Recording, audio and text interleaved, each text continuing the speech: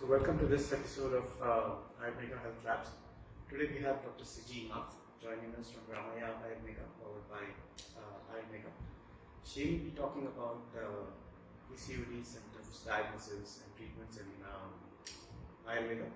So welcome to the show, Dr. Siji. Thank you, sir. So let's get started about PCOD and how does one recognize PCOD and what is PCOD? Maybe we can get started from there. So, PCOD is an acronym for polycystic ovarian disease, and as the name suggests, it is our ovary having multiple cysts, and which releases a large quantity of hormones, causing hormonal irregularities along with other clinical features. It was first studied by Stein and Leventhal in 1935, and so it's also known as Stein-Leventhal syndrome. And actually, when coming to nowadays statistics, 1/3 of every Indian women is having diagnosed with PCOD. And the alarming situation is that more than 70% is not at all recognized that they are having PCOD or not. And it has to be, it is such an alarming situation in that case. And there is another term, that is PCOS, and as the name suggests, it is polycystic ovarian syndrome. So it is like a collection of symptoms. Okay. When the PCOD has gone out of our control, it's out of our hand. For example, when PCOD starts showing its signs and symptoms outside body part, like outside the ovary. For example, patients with PCOS will be having prone to type 2 diabetes mellitus. They will be having cardiovascular diseases, hypercholesteremia, then other sleep apnea, like other metabolic disorders. It is called polycystic ovarian syndrome. Okay. So these are the two terms regarding PCOD and PCOS. So what causes this?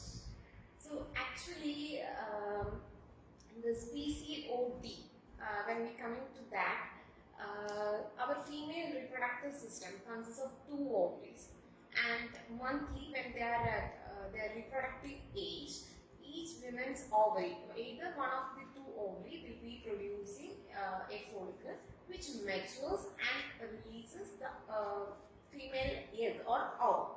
So what happens is in PCOD, this one egg or one follicle fails to mature, and apart from that, what happens is there will be a multiple follicles starting to grow at a single time, and they fail, even one fail to mature.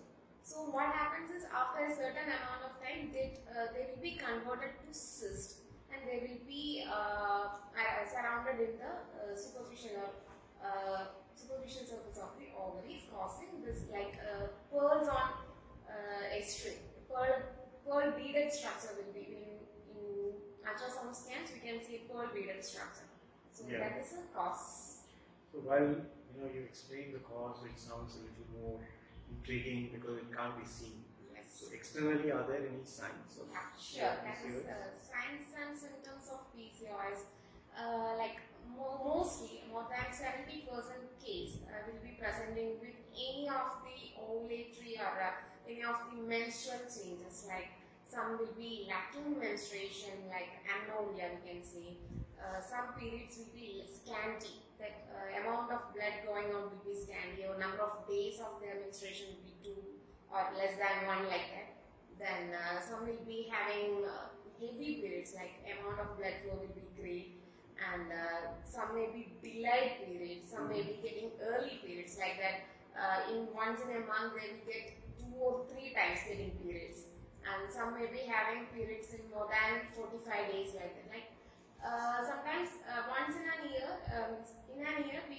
normally we should get 12 periods, but the number will go low, like 6 or 7, and go high, like 15, 16, like that. So these are the main suggestions that we have to check whether we are having PCOD or not.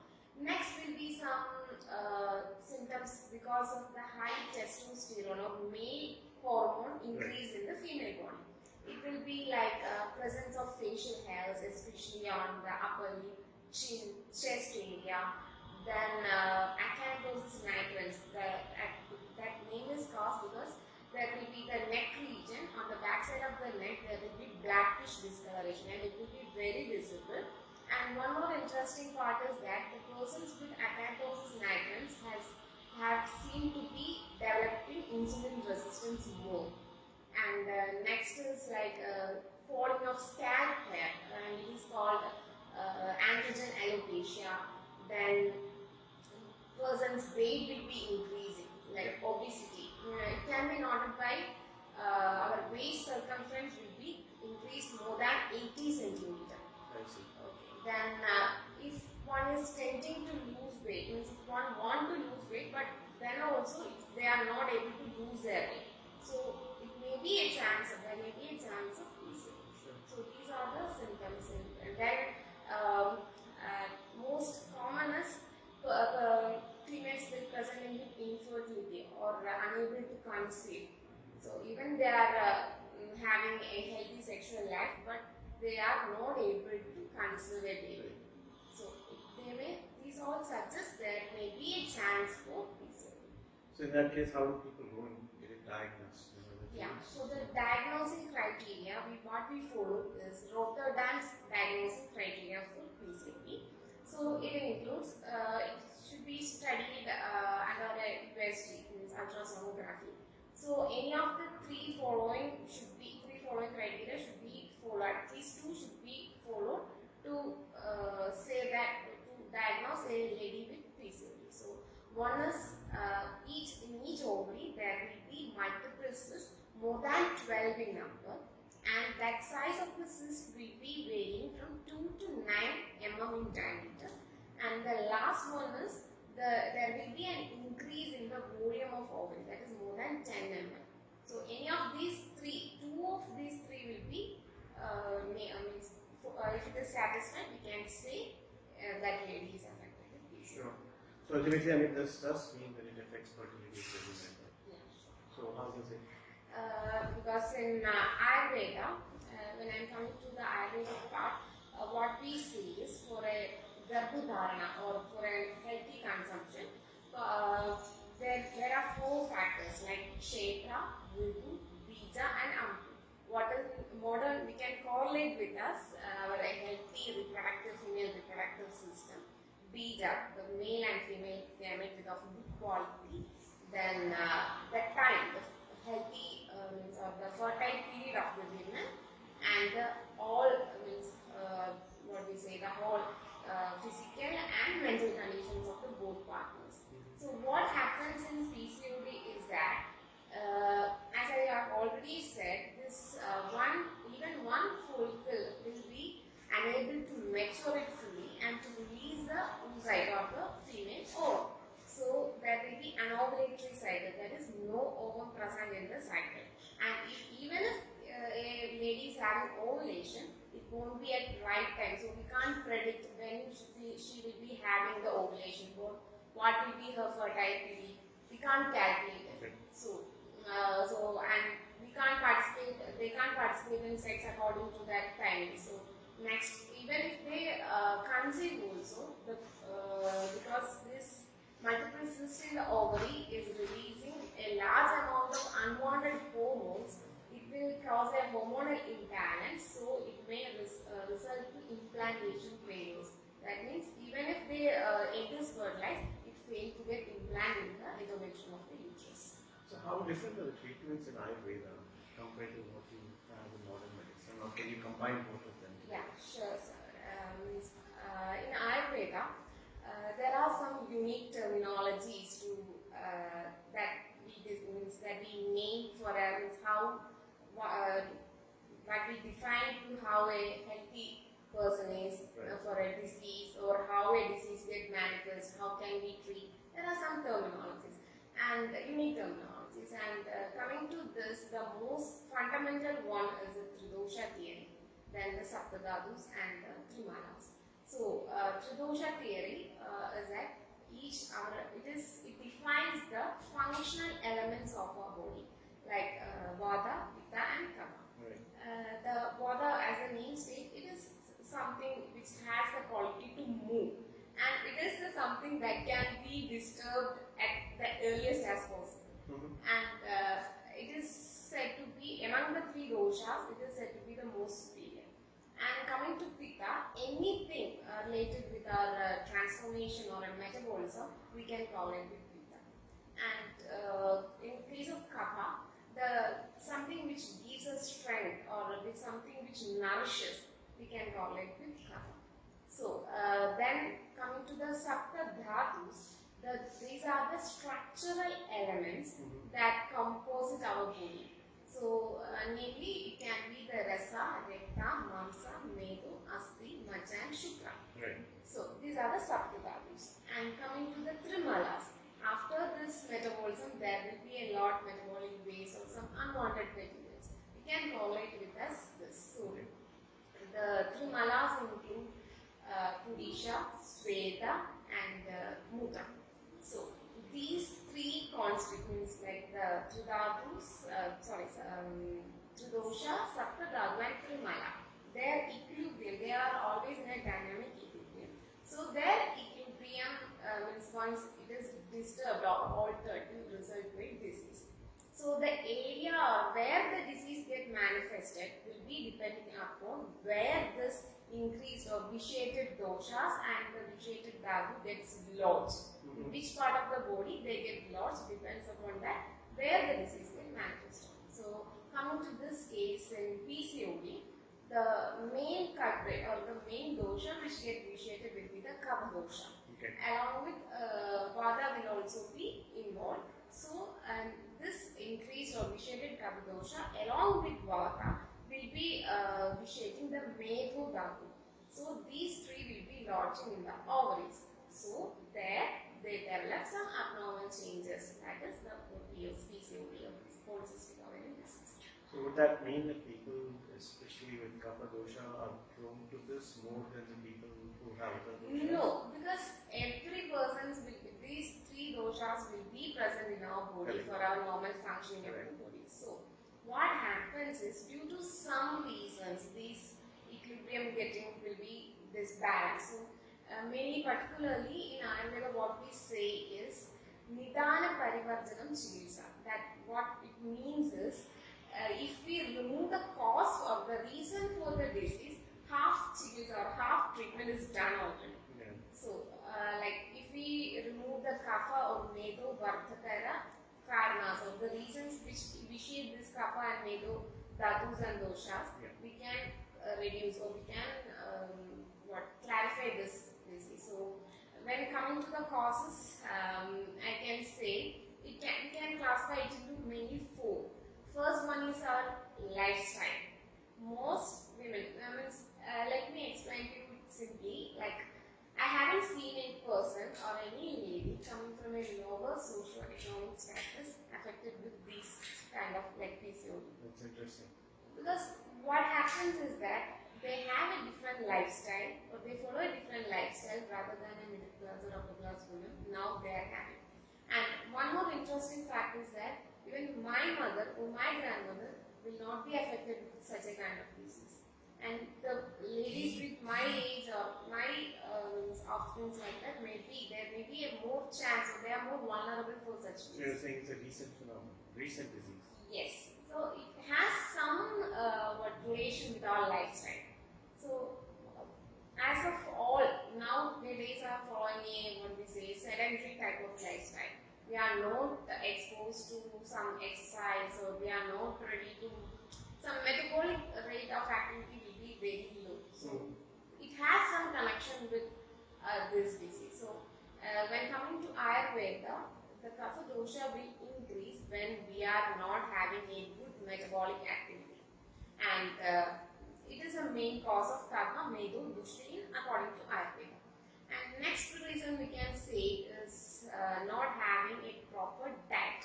So, for example, we all are now living in a very fast-moving world. So, we are all used to like what we say, some tin processed food and all that. Anything that get packed anything that get packed will be like we add it with something to increase the shelf life. No. So what we can say is that what I suggest is that we healthy, like whatever we can get from our surroundings, or if it will be possible if we can grow in our own gardens, or yeah, if we are consuming, we can reduce the risk of these type of diseases. Okay. So we should have a strict check on what we eat and when we eat. What all things that we are putting into the mouth. We are conscious on what are things we are putting on our skin, what are things we are gadgets we are using, the quality we strictly ensure. But we should, it is a must to check what we are eating, the quality of the food we are eating, and the quantity also. Like what I have said earlier, if we are increasing the quantity of carbohydrates, like carbohydrates and other fried foods and all that, what happens is this kapha and medo will be increasing. Okay, so and it affects our these vishesha of these doshas also. So just give me 1 second. Like, people are saying that they're not able to hear it. I'm trying to fix this. So getting back to the topic itself. Sorry, we are trying to fix why this is not clearly audible. But we'll try to fix this or post this again with a better audio. But coming back, I think what you're suggesting is that it is a recent phenomenon, and it is not prevalent in the older generation, Yes. and it is likely to happen more in the future generations. Yes. And it's also primarily due to the lifestyle. Yes. So how can Ayurveda actually create or diet or treat something like this, which was not there in the olden times, but it's there now? So actually what happens is, it's Ayurveda from the ancient time itself, it has not named it as a disease, but it is said as some kapha, medo, vardhagana bhavas. Like in our Prasuti Tantra and Stri Roga, in that we have mentioned that dealing with female reproductive system and everything, that leads with the life or how a female should be, how like their reproductive system works and everything. In that brand, it is very clearly mentioned, our Acharya mentioned that 20 yoni rogas can be happen, like 20 type of diseases that affect female reproductive system. In that, we can correlate this PCOS or PCOD in many of them. For example, I say if this anovulation is happening, we can correlate it with anarthava, which is mentioned in our yoni roga. It is one of the yoni. Okay. Like that, there are pushpatni, jadahani. It is said already that due to this some causes like Abha, Medo, Vardhana, there may be a chance for getting these rogas. There's So likelihood of it yes, happening. yes. Already predicted it. Yes, they have said it earlier, and what we have to do is also very clearly mentioned in Ayurveda, that we have to get a check on what we eat and what we do, our activities, lifestyle, and what we eat, what our diet is. Sure. Next, coming So the treatments, I guess. yeah, no, two more things I want to add in this. Yeah.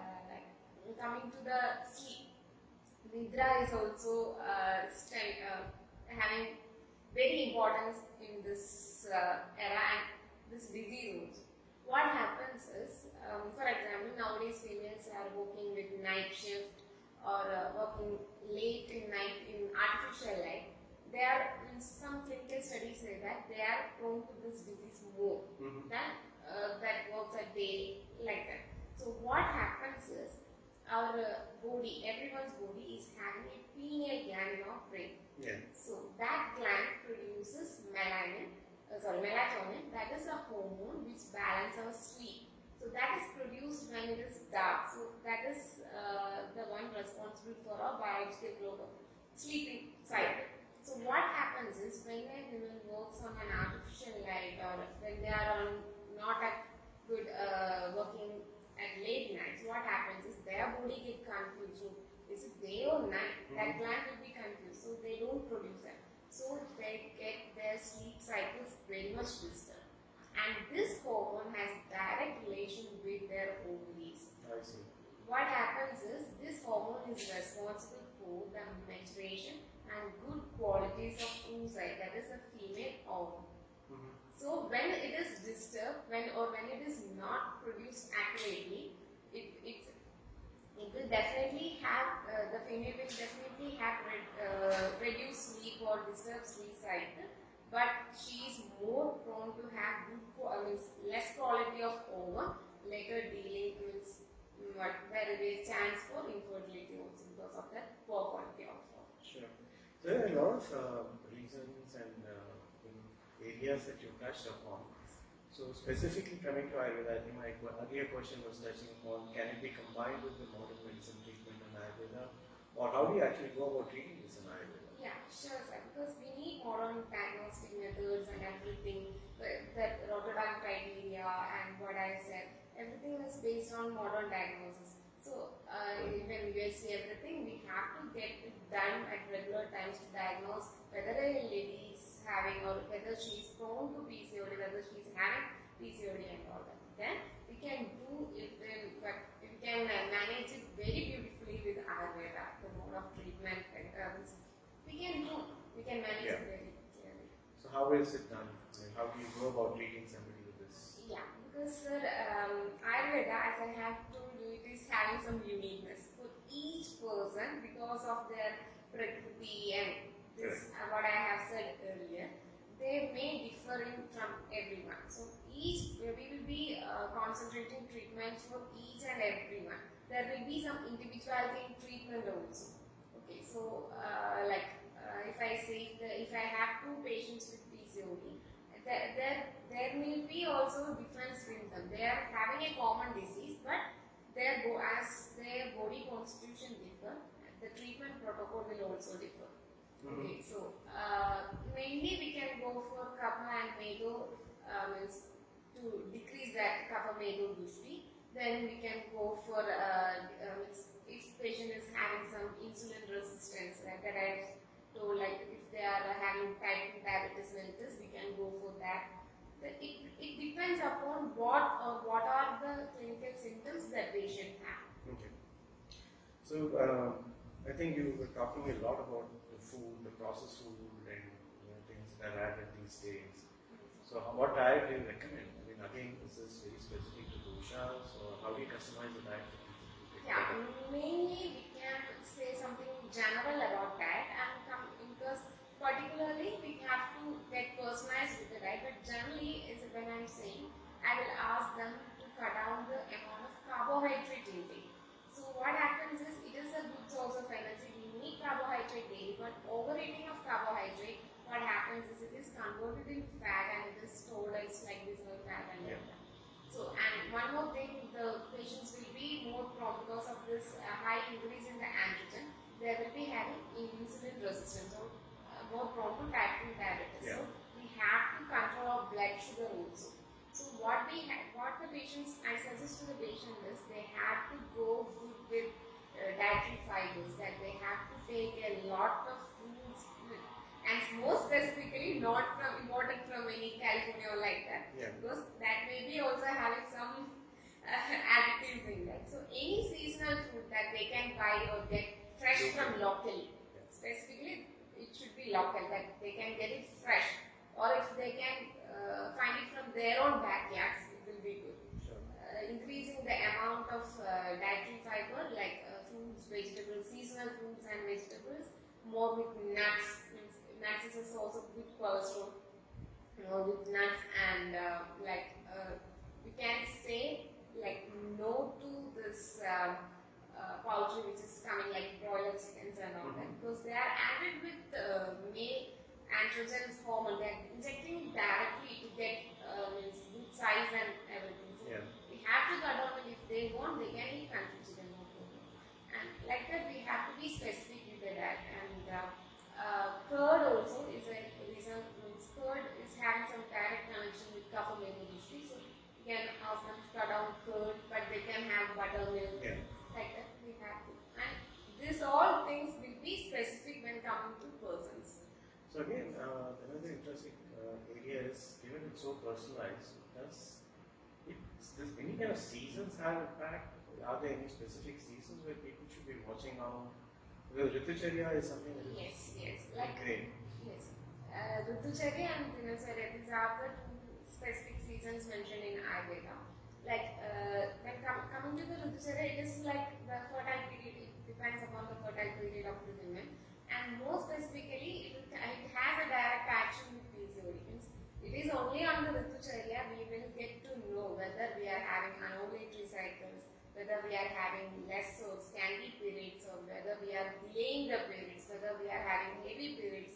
So one should be careful. One should watch. I will say from what happens was that in earlier times, a woman will be coming to us saying that they are after like in their 20s, 20, 25, that age group only will come to us, and their main reason for coming to us will be they are not able to conceive after their marriage. Yes. So when we are going behind the scenes, so why they are not able to conceive only, we will get to know she is having PCOD. Right. But nowadays, due to these lifestyle, diet, these changes, what happens is even the children or girl childs with 9 and 8 years are also getting early periods, or their early puberty is reached. Right. So normally it takes 2 to 3 years to get a normal regularized period cycle, because there will be some hormonal imbalance at earlier times. So even if they are not getting their cycles regular, after 2 to 3 years of their first periods, they will surely go for a gynecologist, or they will approach us.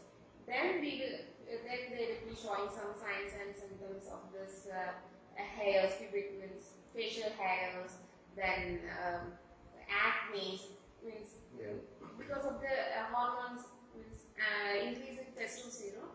These all clinical symptoms will be present. So then we can go with diagnosis with PCOD. So we touched upon food, and then we also touched upon the lifestyle, which means that sedentary lifestyle in all the world videos. So how do people work on this? Are there yoga, or are there any other exercises that you need to follow? Yes, one more thing, sir. I just wanted to add the stress levels also. Yeah. Because earlier people had to be like both mental, they were having a good mental and physical health. But nowadays what happens is, even a small kid, in girls, I will be very much stressed, because when I ask them personally, they will be, tomorrow we are having 3 unit tests, or they are also pressurized to meet some targets. Right. So they are completely stressed. They are not enjoying their own life. Even if it is a tiny little girl child, and even if she's a young old lady, both of them are having they are forced to in some or other kind of stress. Right. So they have to, I know there will be a reason, but they have to control their stress, because it affects a lot when coming to particularly this disease. What happens is stress hormone is cortisol. Cortisol, if the level of cortisol is increasing, it will have direct dependency on our insulin metabolism. What happens is, when the amount of cortisol increases, the body will be getting more resistant to insulin. So it will eventually lead to type 2 diabetes mellitus. Sure. So then obviously any question that people will have, or be curious, if somebody has PCOS, can they still go ahead and conceive, or do they have to get treated, or how does that work? Yeah, because I will say this PCOD, as soon as we can diagnose, as the early we diagnose, we can reverse the process, because it's like what we say, it's like something that we have created by ourselves, because mainly it is due to hormonal imbalance, but the major reasons can be corrected by ourselves. It's like our diet, our lifestyle, etc. can be corrected by ourselves. So if we are ready to do that, we can bring down this disease, and surely that many patients with PCOD has conceived and even go to a healthy child. Sure. So how do people then, or when do people go and get medical aid? What point should they go? As soon as they realize, or as soon as they get doubted whether they are having, like through the symptoms that I have told earlier, as soon as they doubt whether they are having any problem, or whether they are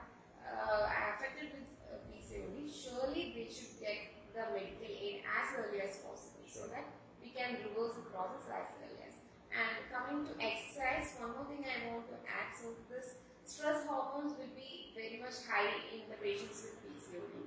So because mostly they will be having some cosmetic effect also, cosmetic reason also for the stress, because they will be having more acne, this ankylosing spondylitis or blackish discoloration of the neck, hair fall, then this because of these reasons they will be more stressed. And if she is in a fertile period, she wants to conceive, they will be unable to conceive, or because of this anovulatory cycle also she will be stressed. So what I suggest is they can go directly for yoga, because yoga is something apart from exercise, it coordinates with our physical and mental health. It coordinates with our the whole system of the body. So they can go for yoga. It has effect on both the physical and mental health.